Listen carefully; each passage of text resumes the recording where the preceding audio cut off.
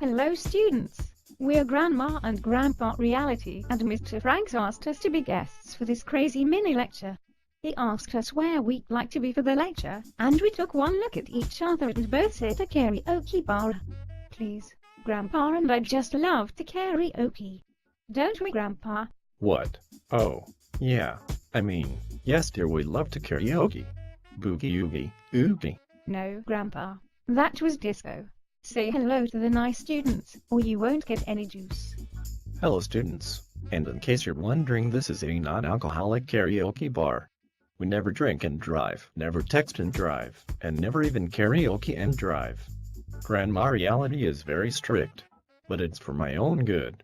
What? Hee, just joshing. See if they're paying attention. Well, of course they are paying attention. We are two old people in a cartoon karaoke bar, silly. Right, Grandma? We'd better say our piece then. Mr. Franks brought us in because these nice students are reading about the family in this lesson. And we believe in the family. Yes, we certainly do. We have 3 children, 2 sons and a daughter, and 8 grandchildren and so far 2 great-grandchildren. And we love them all, and they all love to come visit Grandma and Grandpa Reality, don't they, Grandma? They do, and I wouldn't trade any of them for all the world. Me neither. So Mr. Franks says you students are entering the 3rd section of your textbooks at this point, focusing on research into the causes of delinquency. Chapter 13 looks at individual traits and the impact they may have on delinquency. You'll want to have a clear understanding of what an individual trait is. And it's not something you can make up off the top of your head. Trust Grandma on this. She's getting it straight from the guy who makes out the tests.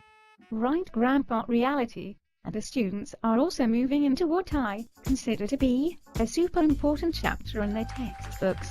It doesn't get any more important than the family and the impact family can have on an individual's personality traits, their behavior, their level of strain or stress. Yes sirree. And what children learn, and what lessons are reinforced. Levels of control exercised over us start with the family, and that changes as we grow up. Family also can have a big impact on children in terms of labeling. Right, Grandma? Right-yo. We agree with Mr. Franks that the family is the single most important unit of social organization for humankind in the entire history of the world. Now it isn't necessarily the makeup of the family that influences delinquent behavior, but the quality of the relationships within the family, regardless of family structure. Right. Relationships. Good. Quality. Relationships. If adults are warm and loving but firm in setting rules, and consistently sanction negative behavior, like Grandma and I used to do. And still do. Grandma and Grandpa Reality have rules. Right, and still do. Warm, loving but firm in setting and consistently enforcing those rules. We want the best situation for the children. No magic formula here, students. But don't you think that intact families, both biological parents raising their natural children, is the best family structure? We do. Right. But sometimes you see kids with no father, a mother who is addicted to drugs, and siblings who are constantly in trouble with the law, and those kids turn out just fine. No magic formula. No, children are very durable. But let's not test them too severely. We are looking for the best scenario for the child, and what Grandpa just described is definitely not it. Remember, the original philosophy behind the juvenile court system is for it to be a super parent. Look at the family and ask yourself if it isn't a very good idea to be warm and loving towards children. And also, doesn't it make sense to be firm and consistent in rule setting and punishments? And Mr. Franks will want you to always think of the 4 theories you're studying, and how they apply to the family and its impact on children. If a child is displaying delinquent behavior, you might want to look at the family structure and quality of relationships. Remember, kids really do need their parents. Both of them, functioning as a happy couple and as effective and caring parents. Parents can either socialize their kids to conform, to be conventional in behavior, which is a good thing. Or they can teach their kids to deviate, to do crime. A very, very bad thing. You just learned about labeling, and we're believers in building young people up, not tearing them down. We always told our children they could do anything they set their mind to, but they had to work hard. And it worked. We saw what happens when parents label a kid who gets in a little trouble as hopeless, bad. It's not a good thing.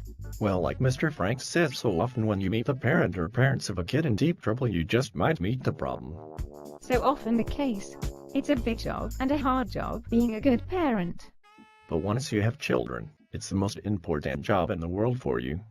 I know a lot of you are thinking about working with young people as a counselor or a teacher. Surely most of you will be parents one day. So be prepared to see some painful things and experience some stress and strain yourself as you work to help young people. Be prepared to deal with problems. It will make you appreciate the love and the consistent discipline your own parents gave you. What else should we say, Grandma?